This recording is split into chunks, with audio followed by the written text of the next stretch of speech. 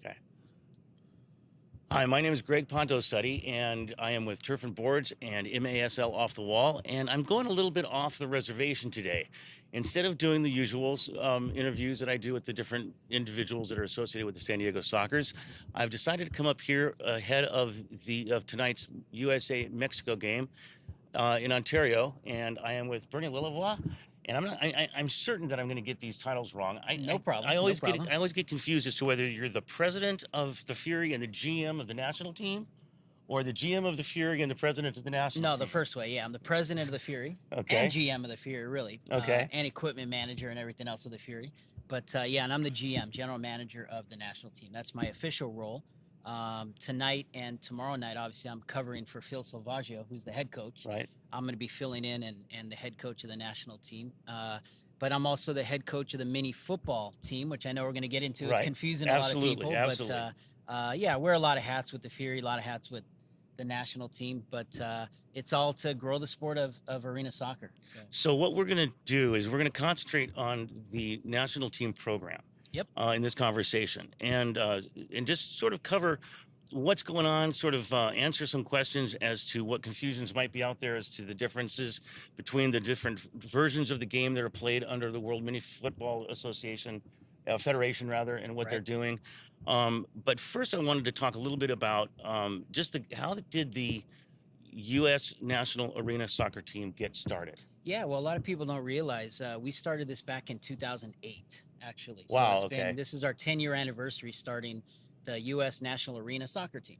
Kevin Milliken, who was the commissioner of the PASL at the time, Right. approached myself and Jim Rachels, which was the owner of the Stockton Cougars. I was the player head coach over there. Right. And said that he's been working on this federation thing for years and talking with a lot of other different countries. And there's some interest now in arena soccer, what we're doing out here in the United States and really North America, Mexico and Canada. Exactly. So we created the national team, and I was the first coach, and we played a couple tournaments in 2008, 2009, and 2010 in Canada and also Mexico, and we hosted some games here. And then it kind of went dead for a while. We kind of didn't do anything for about a year or two.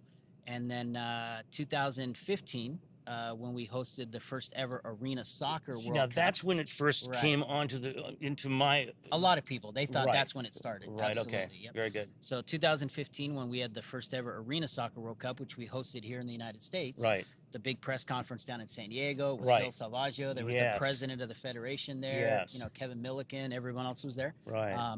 That's where a lot of people thought it started, but it actually started 7 years prior. Interesting. Believe it or not. Yeah. And we are looking today for, and we'll talk about this in a minute, but we're looking forward to a tournament that's going to be taking place this month, actually next week. Yep. And then also a world championship that's going to be taking place this year in October. Absolutely. Yeah. So let's sort of rewind a little bit.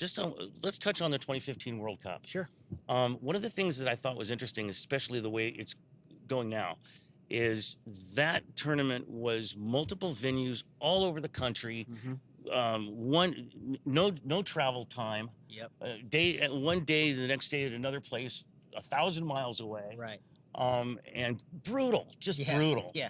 Well, we pulled it off, but it was brutal. Absolutely. I think we were super excited. We got the first ever World Cup. So we were trying to do it like the FIFA World Cup. You know what I mean? And have 8 different venues and travel all over the country. And the United States is pretty big. It's pretty big. And I mean, you were in tough. Dallas one night, Chicago the next. Exactly. It was all over crazy. the place. Yeah, we started the tournament here in Ontario, then it went to San Diego, then I believe it went to Dallas. It went all over the place. Right. So obviously, lesson learned. I think having it in one venue or a regional area, let's say Ontario, San Diego, Bakersfield, Stockton, kind of a 4 arenas that are close by. I think we can pull it off. But really, that was just to kind of kick off and show the world about arena soccer.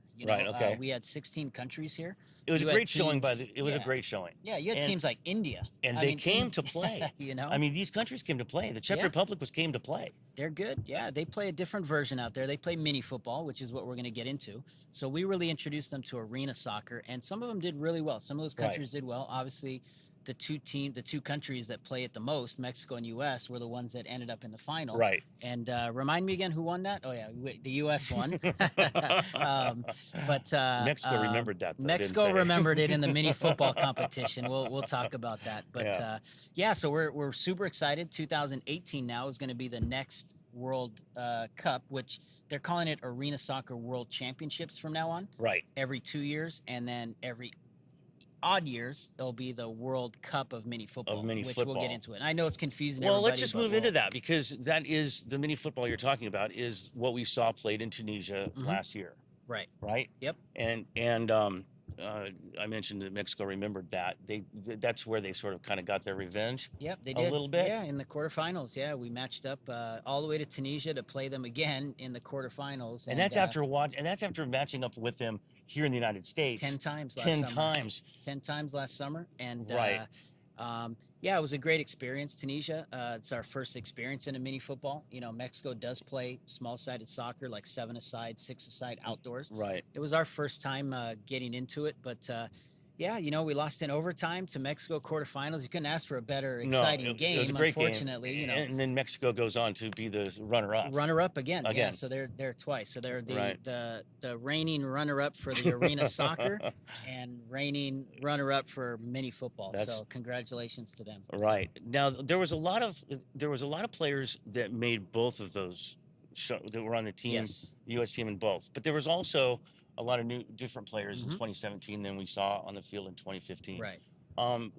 Can you speak to what the roster is looking like now, Right. in relative to those teams? Yeah, well, you know, we're trying to kind of expand the roster pool, so to speak, you know, give a lot more players a chance all over the country. So if you look at the different rosters that we had all of last summer, this you know game these two games this weekend, I should say, upcoming games that we'll be announcing in August and September, Right, you know, right. coming to a city near you. Right.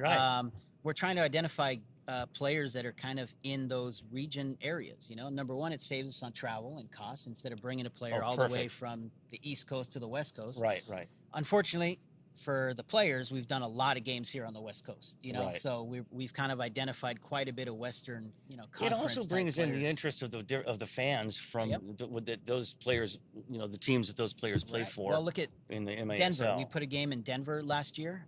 We played Mexico there. That's Denver really, yeah. became an MASL 2 team. You know, That's in right. Denver That's right. They Coliseum. did. That's right. You know, we played a game in New Mexico, and they'll be announcing pretty soon. But there's a new team coming in that arena in Major Arena Soccer League 2 division Wow. next year. So That's huge. that's the idea behind it. Spread Yes. the word about arena soccer, grow the sport, and hopefully new teams come in. But you know, we're lucky here. Obviously, I run the Fury here in the building here, so we Right. have a lot of. This is the unofficial home of the national team. People Gotcha. are calling it. Sure. I know a lot of people in San Diego keep asking me when there's going to be a game down there, and I'm trying. We're trying to work with the building to get a game there. Right. But Bakersfield's been a hot spot for us now. You know, we're Right. doing a game in Stockton, so we've done the West Coast is pretty much where we've kind of focused on, but we've done some games in the Midwest. East Coast is really where we're trying to get to, Gotcha. you know, later this year and in the future. So let me turn a little bit to this Pan American tournament that's taking place next week. Right. This is going to be in Guatemala. Yep. This is going to be a mini football. Mini football. Okay. Exactly. Right. So no boards. No boards. Okay. So it's about the same size of our arena, just no boards. You know? And the format, if I got this right, it looks interesting to me because it seems to me that there are 4 teams in each group. There's 3 teams in each group. There's only 9 countries that Okay. are coming. Yeah. Okay. So we sent invitations out to all the different countries in the Pan American, but only 9 were available to make it. So. Okay, so that's why there's only two games, Right. So there's 2 opponents. 3 groups of 3. Okay. You're going to play the first round, each team. So you play 2 games in the first round. Okay. The top 2 teams in each one will qualify to the quarterfinals. So that'll Okay. be 6 teams. Okay. And the 2 best third place teams out of those other 2 groups. So one team gets eliminated in the first round. Gotcha. Then it's quarterfinals, and then it's on. And there. who are the United States opponents? We open up against the host country, Guatemala. The first day we arrive there, we have them at 8:00 at night. The main event in Guatemala, Oh boy. Guatemala City. So that's gonna be tough. Oh boy. In Tunisia last year, whenever Tunisia played any other country, I mean, the stadium was packed. I Obviously, it's the saw home that. country. I I mean, saw that. it was a great atmosphere. So, Yeah. it's going to be a tough opponent. Obviously, they came here to test the waters in arena soccer here last month.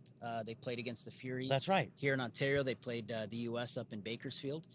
We they lost both games, but they did really well. So they're Right. looking for a little revenge No too kidding. with the game that they play, which is mini football. So that's Right. going to be an exciting game. And In then, their house. yep, then we have the day off on June 8th, and then June 9th we take on Colombia.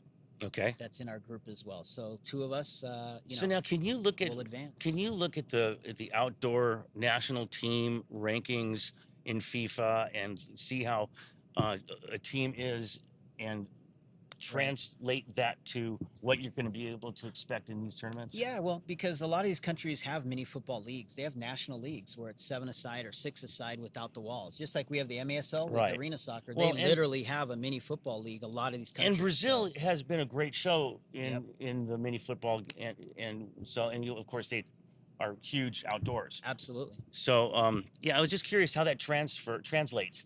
Yeah, it translates pretty decent. Brazil was a top team over there. Mexico, top team. U.S. Right. was a top team in it, but there's some good teams out there. Guatemala is really good at mini football, so we got a tough opponent. You were mentioning like Czech Republic and these European teams. I mean, they're really big in mini football. Those teams are good. They take it I mean, seriously. they are good. Yeah. So Tell me, what is the significance of this Pan American tournament? It's a qualifying. yes, so it's the Pan American Mini Football Federation, which is newly created. Okay. That's the region area. So if you're thinking in terms of FIFA, there's FIFA, which is the governing body. Right. For us, that's the WMF, which is World Mini Football Okay. Federation. Then you have different continents that have their own Right. federations. Right. So Right. for us out here in outdoor soccer, it's CONCACAF. Right. For us, it's Pan American Mini Football Federation. Okay. So these are the championships for the Pan American Mini Football Federation. Gotcha. The top 6 teams, I believe, or maybe 7 teams, are going to qualify for the World Cup next year. 2019. 2019, exactly. Okay, where's that going to be held? The front runner is Australia. Oh, really? So yeah, that's fun what is we're that gonna hearing. be? We're here in Australia. Yeah, it's going to be pretty cool. Wow, that is and cool. we have an arena soccer player, national team player playing in Australia right now, Gordy Jerson. That's right. Yeah, is That's that pretty right. cool? That is pretty cool? really cool. Yeah, absolutely. So looking forward to 2018. So we're going to shift gears here a little bit. Yep. Okay, so the 2018 this year in Sonora, Hermosillo, I guess. Mhm. There's going to be an arena world championship. Correct. So will be the game with boards that we're so familiar with the MASL. Correct. Okay. Yep. Let's talk about that. Yep. Looking forward. Same thing. Invitations went out to all the actually to all the WMF partners. So Okay. every single country got invited to come here. Obviously, not every country is going to take us up on that offer, obviously, because they're not familiar with playing arena soccer. But we're hearing, teams like Tunisia are coming. Argentina's coming, Czech Great. Republic's coming, Germany. I mean, it's going to be pretty awesome scene over there. So this is the second World Championships. The first one was held here in 2015. We Okay. kind of skipped a year. Now every 2 years we'll have an arena soccer World Championship somewhere in the world. And has the format been decided that it's just going to be a single venue, like it was in Tunisia? It will be a single venue, correct? Yeah. Okay. Yeah. I mean, So we're not traveling all over Mexico. No, what Tunisia did was amazing. Yes, You it know, was. It was cool. amazing. And they built that stadium specifically for the event, didn't they? Right. Yep. For the event, right next to a resort. Actually, it was on the resort, on the beach. It was unbelievable. So Yeah. they definitely set the bar high for Yeah. all of us. Okay. And I think every country from here on out, whenever we host a World Championship or a World Cup, we're going to do a one venue. Or here in the United States, I think Great. you can get away with a couple venues. But yeah. So we've talked a little bit about the different versions of the game. You've mentioned 7-a-side, 6-a-side, mini football, arena soccer. Correct. Okay. Can you speak to, well, first off, which of those are we not talking about? I mean, 7-a-side is a different game. Right. 7-a-side's played all over our country right now. There's leagues all over the place. 7-a-side, there's tournaments all the time, but not like a national league. Mini No. football is a 6-a-side game. Yes. So, mini football is considered anything not 11-a-side soccer. So Oh, I get it. Okay, I get it. 8-a-side. So it's like an umbrella statement. Exactly. It's an Okay. umbrella statement, Gotcha. which includes arena soccer because we're not playing 11 v Gotcha. 11. You see? Gotcha. So, yeah, it's Absolutely. kind of an Okay. umbrella statement for all the different categories. Okay. Of course. Where does I'm just gonna throw this in there. Where's futsal playing into this? Futsal is, it's not underneath our federation. We've talked about that and what have you, but FIFA recognizes futsal. That's right. FIFA recognizes beach soccer. That's right. They don't recognize anything else, so it's kind of interesting. So I see. I've thought that the reason that FIFA didn't have to do with let's say our game Mhm. is the boards. Right. Well, But I think not just the boards. I mean, think about it. Let's say FIFA sanctions arena soccer. What countries play arena soccer right now? Canada, Mexico, United States. We're doesn't primarily make any the sense to three them. big ones. Right. Brazil, I believe, plays a little bit, but not rounded boards. I think they got square boards. Yeah, so, I've seen that. So I think that's really the biggest, hurdle that we get over. But now that we've got the World Mini Football Federation, now that all these countries are participating and playing in these Right. type of tournaments, who knows? We'll see what happens down the road one day. So now explain the American Association of Soccer 567 Correct. and how that relates to the United States National Arena Soccer Team and the World Mini Federation. Okay, so we talked about WMF, which is the World Mini Football Federation, and the Pan American Mini Football Federation, which is the affiliate. Now, the American Association of Soccer is like U.S. Soccer is part of CONCACAF, Right. which is part of FIFA. There's the chain of command right Oh, there. okay. So Mexico has their own FMF, which is Football Mexico Football Rapido Federation. Right. So that's where this national team comes from. They send their mini football. Alfredo and Sergio down there are the ones that run their federation. Guatemala has their own federation. Argentina has their own federation. Right. So that's what we all have our own federation. So that's what AAS is. Exactly. Okay. We're U.S. soccer, so to speak. Gotcha. Mini football. Gotcha. And arena soccer. And I've just recently been seeing that logo and that name. Yes. It's just been recently thrown out there. Yep. Is it new or am I? It's brand not new. paying It's a attention? brand new. No, it's a brand new logo. Yeah, and it may change again. We kind of had to throw something together to get it going. Which American Association of Soccer 567 is kind of a tongue twister. You know what I mean? Right. So we're trying to change it. All our social media keywords are USA Soccer 567. Right. So I think we're going to lean more towards that. So, but yeah, that's the federation. That's basically, again, like I said, what U.S. Soccer is for outdoor soccer and futsal and beach soccer. Right. We are the federation for arena soccer and mini football. Exactly. And you've done such a fabulous job here, Bernie. I appreciate it. Yeah. No, I mean seriously. Well, it's not just me. I got a big staff behind me and Well, family support. Yeah. Right. But I appreciate it. Yeah. I mean, you've done a fabulous job. I've come up here and enjoyed the venue is great. Mhm. The atmosphere is great. Of course, the competition that you put on the field is great. Thank you. You've been beating the Sockers a couple of times even lately. A couple of times, finally, huh? Man, oh, lie, finally. You know what I mean? So our time is coming. Phil, if you're watching, it's coming, man. No, but it's a great rivalry. I mean, it's a great rivalry to have. Look at the hockey teams, right? We've got the Ontario Reign and the San Diego Gulls. That's always it's huge. Yeah. So we want to create that same thing, and I think someone had said one time before, I know we're not talking too much about Fury, but sometimes said, it's not a rivalry until one team beats the other. You know what I mean? I'm like, okay, well, we've beaten you a couple times. That's now, right. Well, the truth is, although I see what that statement's about, the truth is, this was a rival. I got to say this. I just got to say this. Mhm. This was a rivalry because of the personality between you and Phil. Yeah, absolutely. Are you kidding me? Isn't that crazy? Yeah. I mean, and we work so well together off the field with growing the sport and the MASL. We're on the executive board together. Yes. This thing that we're partners in it. He's the coach. I'm his GM. Absolutely. And we work so well together. But boy, you put him on this side of the line and me on this side of the line, and we're in competition it's healthy. Forget about it. It's wonderful. It's a great thing right to see. after the game, in the tunnel, in the locker room, we're hanging out, we're talking, and we're having a good time. Right. A lot of fans. If you weren't as close of of friends, you weren't as close of friends, it wouldn't be as passionate exactly on the field. And it's the same for all the players. All the players have tons of respect for our guys. Our guys have tons of respect for them. Right. But you put on that uniform, and the game blows. As it should be. As it should be. So let me ask: have I missed anything that you can think of that might help the viewers in getting them to follow and appreciate what we're doing with the national team? Yeah, patience. I think for everybody out there, we even though it's 10 years old and we've been at this a while, you're talking about we only have a handful of people that are working on this. Sydney's chipped in and done a Right. lot of stuff for Yep. us. Kevin Milliken obviously started this, and he's the president. I've been doing all these different games all over the country. Phil's the coach and bringing Right. players in and doing stuff and working on the financial side of stuff for us. So it's not it's a handful of people right now, Right. but we're really trying to grow it. We're trying to get more people involved and really blow this thing up. So, we've got to do a better job of communicating, when the games are on and get them on TV. Like the last game actually was on Direct TV, and a lot of people didn't know that. Didn't We had know it that. live on Direct TV, but unfortunately, we didn't get the word out in time to everybody. So, Mm. patience with everybody. It's a growing project, but it's going to grow really quickly from here. I think so. It's going to grow really quickly. So, Well, we're and I getting a wanted lot to more, play. I wanted to people sort of play involved, and my part in getting that out there. That's what yep, that was my motivation in coming here today and talking with you, is because absolutely. I wanted to have your face out there, explaining and helping us talk about where this is, what this is, Right, what the different confusions are that might be in what's going on with the national team. right. How many of these guys are going to be traveling down to Guatemala?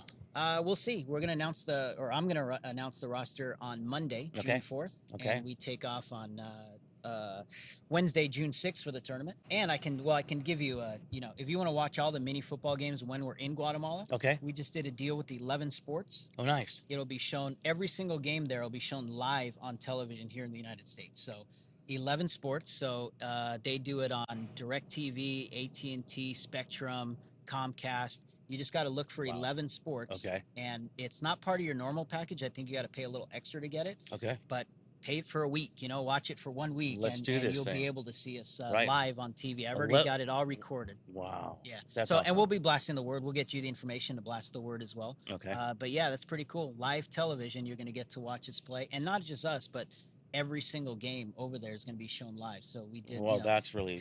Kevin Milliken did a great job putting that deal together, Yeah. and all the games are going to be shown live. We're actually bringing broadcasters over there to do it in English for us, so it's going to be pretty cool. That's very cool. Yeah. Bernie, it's been great to meet with you. Thank you very much, man. And Absolutely. thanks for welcoming us here on the field at Absolutely. Citizen Business Bank Arena. It's the and calm before the storm. it's- There's no one here, but wait till later. It is the calm before the storm, and we will be here. Thanks, and I want to thank you. Thank you for all you do to help grow the sport. MASL off the wall. There's Mhm. guys like you and Sydney, and I know that thing's grown. There's thousands of people. We have about there, 5,000 and, now. Players and coaches and owners and the commissioner and guys from other countries, that are involved in the sport. Right. We pay attention. We listen to what the fans are saying. You know That's what I mean? huge. So That's huge. And we love their feedback. A lot of times you won't see me jump on there and make comments because I think fans are fanatics and they can say what they want. You know what I mean? Yeah, I do know what you and mean. not everything they say is positive, Right. but that's okay, man. That's Right, why right. we're here in the land of the free, and you got your opinion, and it's pretty cool. But I want to give you kudos. I don't think you get enough kudos for all you do for the sport, and you're a big influence, so I appreciate that as well. Thank you very much, Bernie. You're welcome. All right, man. You're welcome. Thanks. Take care, buddy. All right. So, yeah, thank you very much for watching. This is Ponto Off the Wall, and here with Bernie Lilavois, and just I want to thank everybody for paying attention and watching our shows. Thanks.